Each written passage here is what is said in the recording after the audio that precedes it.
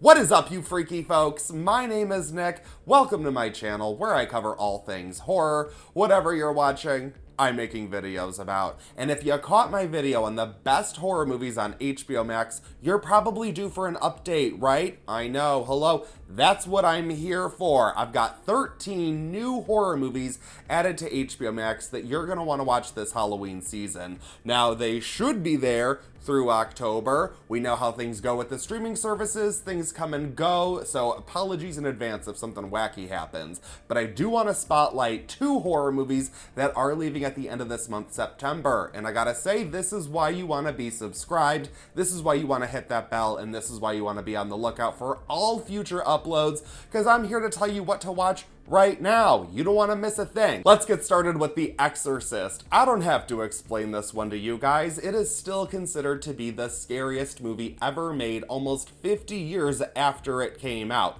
And it's a Halloween favorite, so you're going to want to watch it before it's gone.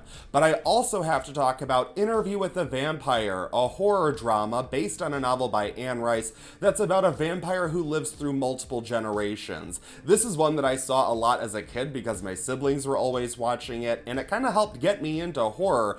And I have to admit, I try to not dislike actors, but I really don't care for Brad Pitt or Tom Cruise, and they're still fantastic in this movie. It's just such a good movie, from the costumes to the characters to the production design. This whole movie is so on point, and we don't get a whole lot of big budget horror. If you haven't already caught this movie, I strongly recommend putting this at the top of your watch list, because you're gonna want to watch it before the end of the month. With that out of the way, let's get into the top 13 horror movies that you should watch right now on HBO Max. Number 13 is The Invisible Man. I know, this is probably the biggest horror movie of 2020. It technically will not be up on the service until the 19th, but chances are by the time you watch this video, it's already there. This update on the classic concept stars Elizabeth Moss as a woman escaping an abusive relationship, but she believes her abuser is still tormenting her even though no one can see him. I have to say, this is a pretty solid win for HBO Max, and I can't wait to rewatch it once it's on the service. Number 12 is Leprechaun, and I feel the need to immediately say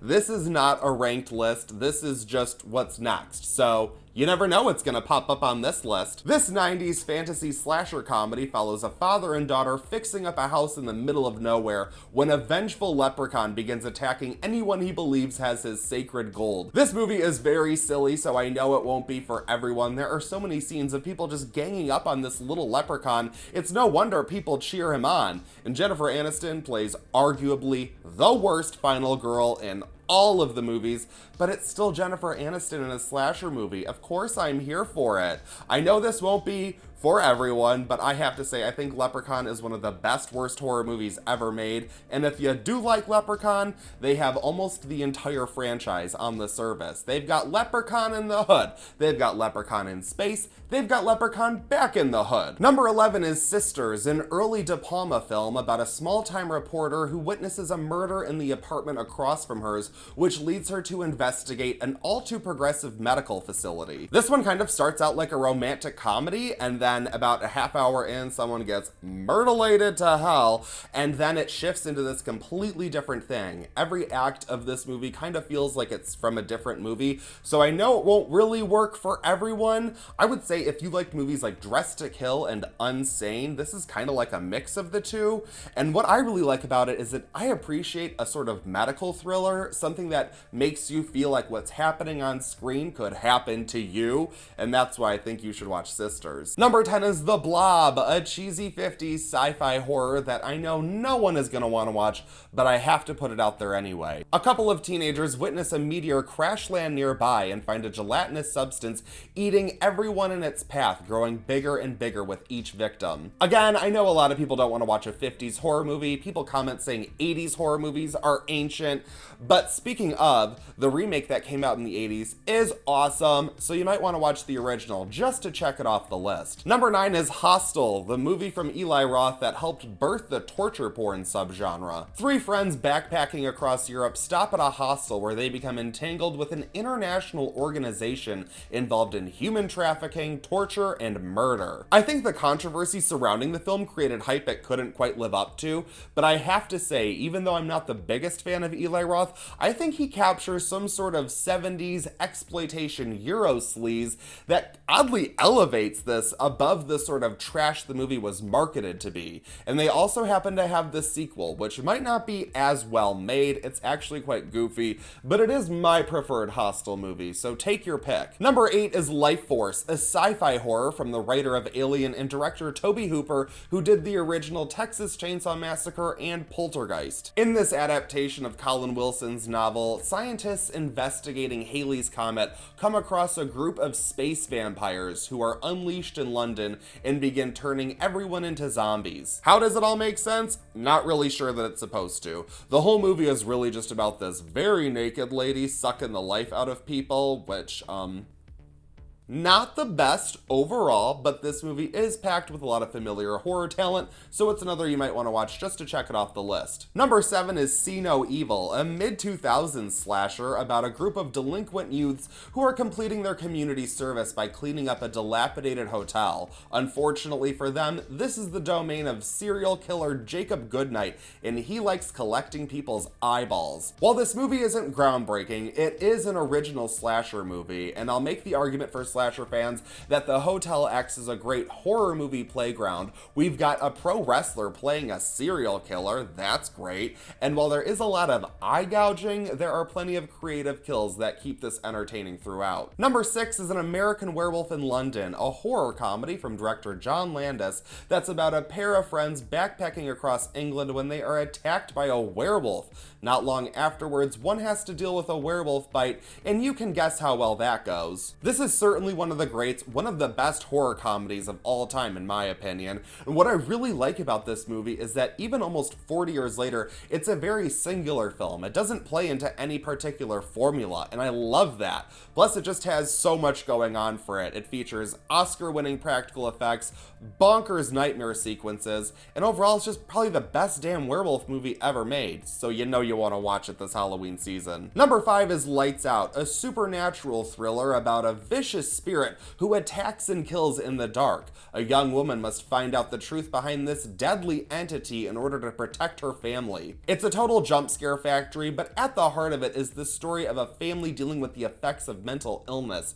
It is short and fast-paced, so it is a very fun ride, and it stars Teresa Palmer as a heroine in a horror film, so I can't help but stan. Number 4 is Dr. Sleep, the sequel to The Shining, but I'd look at it as just another adaptation from Stephen King. Danny Torrance is all grown up after the events that took place at the Overlook Hotel, but the horrors aren't over for him, as a group of energy vampires are after him for his psychic abilities, and he'll have to use his talents in order to protect a young girl who is also in the villain's path. Because it's Stephen King, the story is quite involved, but I'd recommend everyone give this one a shot because there's a very interesting tale to be told here, even if it is a very different horror movie. Number 3 is Orphan, a creepy kid thriller that follows a family grieving after a stillbirth, so they decide to adopt a girl named Esther. But of course, Esther is a mini psycho bitch, and she begins trying to ruin their lives. While it might sound pretty standard, I really enjoy this movie and think it's much better than its formula.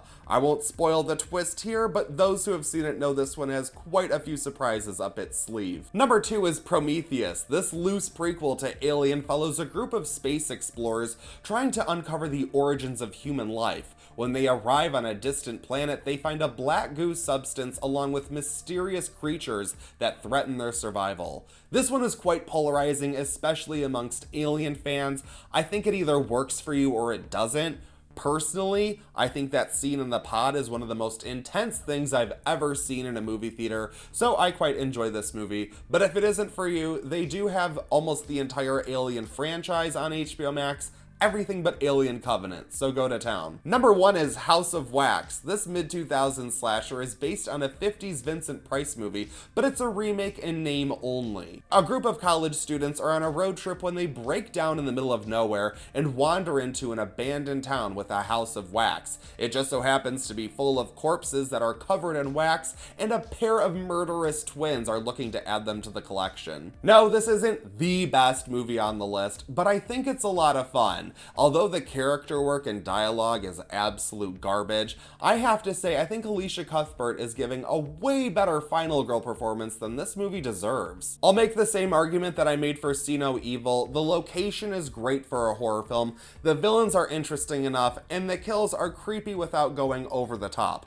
I know a lot of people don't care for this one, they mostly just know it for Paris Hilton's death scene, but again, you know, we don't get enough big budget studio horror, especially slasher movies, so I'm always gonna appreciate the fun that this one has to offer. Thank you so much for watching this video, I greatly appreciate it. Let me know what your favorites are in the comments below, I always love to hear that. Follow me on Instagram if you would like, feel free to subscribe and hit that bell so you catch all my creepy, spooky, fun Halloween videos that I have planned. I am so excited to be bringing all of the best horror movie recommendations on our favorite streaming services to you guys. Thank you again so much. I do just greatly appreciate it. This is so much fun. It's our favorite time of year. Let's have fun with it. That's it for this video, but I won't stop you from watching another.